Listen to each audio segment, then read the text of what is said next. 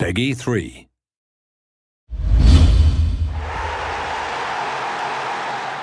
Hello everyone, my name's Miles Jacobson. I'm Studio Director at Sports Interactive, who are the development team responsible for the Football Manager series of games. I'm here today to tell you a little bit about Football Manager 2011, which will be out before Christmas. We're very pleased with the fact that we've got more new features than ever before. And what I'm going to do today is just go through a few of the highlight features, and then we'll be revealing more over the coming months. The first thing that I'd like to talk about from Football Manager 2011 is the new contract negotiation system that we have in place. We first put agents into the game in FM 2005, and they're still there. But we've expanded upon that a lot more in Football Manager 2011, and we have lots of different agent types now inside the game. Now, these agent types negotiate contracts in different ways. So you might get some agents who'll come to you with a complete blank page for negotiations. You might get others that come to you with far too high demands, or some that are a little bit more sensible. There's 5 different types all in all. And we've worked with a bunch of agents and chief executives from inside football to not only come up with the characters themselves and the types of agent that you have, but also to come up with a host of new contract clauses. For example, you can now offer to give players bonuses if they make it into the team of the year. You can offer them minimum fee release clauses if a big European club comes in for them, and those kinds of things. There's about a dozen, I think it is, new contract clauses in there. But also the way that you negotiate deals is now very different. It's not a case of you make an offer, send a fax, essentially, is how the way it used to be in the game. In the real world, that's not really how it's done. It's either done on the phone or face-to-face, sitting in a room, and you negotiate it there and then the player will go away and decide whether he wants to join after you've come to some kind of agreement on terms. It might be that another club offer him better terms in the meanwhile, and they might come back to you, or they might decide to just take it there and then. But it's all done on a conversational basis, which is something that's actually spread throughout a lot of the game this year. An area of the game that's been a little bit neglected over the last few years has been the training side of things.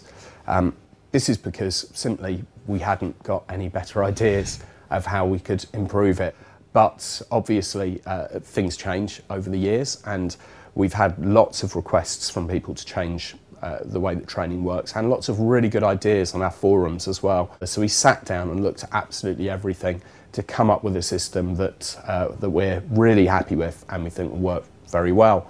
For a start, we've made it a bit easier for people to use whilst also being more in depth. So you've got 14 extra areas that you can train players in, rather than just having the general category. There are 14 other presets. But we also have a new match preparation section, which is something that we never dealt with very well before. And this allows you to train your players in specific formations. It also allows you to focus training on a particular area. So, for example, if you're like me and play the game by making loads of transfers right at the start of the game, this will actually allow you to try and encourage your team to blend together whilst you're preparing for matches. A really important part of being a football manager is to be able to effectively interact with your players and your board, as well as being able to play mind games with other managers. And with Football Manager 2011, we've had a complete revamp in this area. So, as well as lots of extra options of ways you're able to interact, we also have private conversations which you're able to use with your own players. There have been far too many times in the last couple of versions when I've been sitting there playing the game and one of my players has become unhappy and there's been absolutely nothing that I can do about it. Now, at least, there are options for you to be able to discuss with the player. You might not be able to make them happy again, but at least it gives you the chance to try. There are also more things that you can ask the board about. As an example of that, if you can't build any more seats in your stadium because you can't get planning permission, you can now request a new stadium. You can also ask for a higher percentage of the revenues that come in from transfers to actually put towards your transfer budget. And again, it's just trying to make the game feel more immersive. A few years ago, we changed the way that the news and inbox worked inside the game. We basically split the two screens separately from one another because there was so much news from around the world coming through inside the game. That worked quite well for what we were trying to do, but unfortunately had the knock-on that people found that they didn't feel as immersed inside the game world anymore as they had done previously. So what we've done this year is made big improvements to the subscriptions area and what you can subscribe to and unsubscribe to. And we've merged the news screen and the inbox screen back together. It has a whole new look. It's very clear when something needs to be responded to or when you can just flick past something. It's also much easier to subscribe and unsubscribe to news. So you really can configure the whole world to be the way that you want to. There's also an extra module that's been written this year to make the news even more in situ, and this is something that's seen throughout the whole game. Now what this does is basically looks at all of the possibilities of league places before and after matches and uses these inside the news items. So what's new in the match engine and the match viewer for Football Manager 2011? As well as an improved match engine and lots of mesh improvements, that's for players, crowds and stadiums.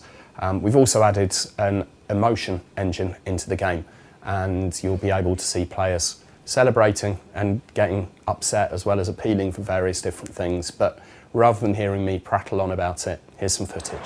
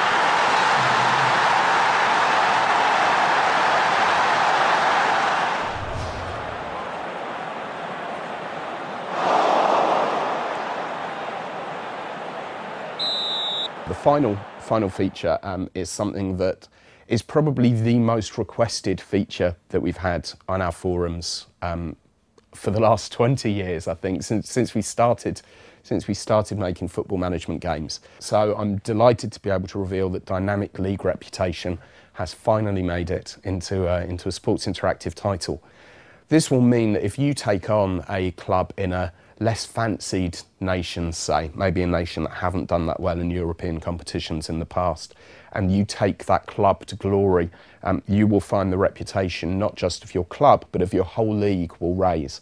And over time, better players will join you, better players will want to come and play in your country. And it's very important for us to get that right in the game, and we weren't ever going to allow this feature to happen until we were happy with the way that it was working. And now we are.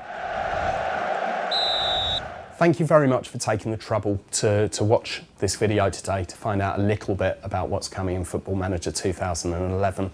There's still a lot more to announce, as I mentioned earlier, so you can find the rest of the information either by looking at the official website, footballmanager.com, by following us on Twitter at @SI_games, Facebook, which is facebook.com/official football manager. And there'll also be a series of blogs which will go into a lot more detail for the features, both the stuff that we've announced today and the features that are forthcoming. Oh, and on top of that, there's also the Football Manager podcast, which restarts this week, should be available to download this weekend from iTunes.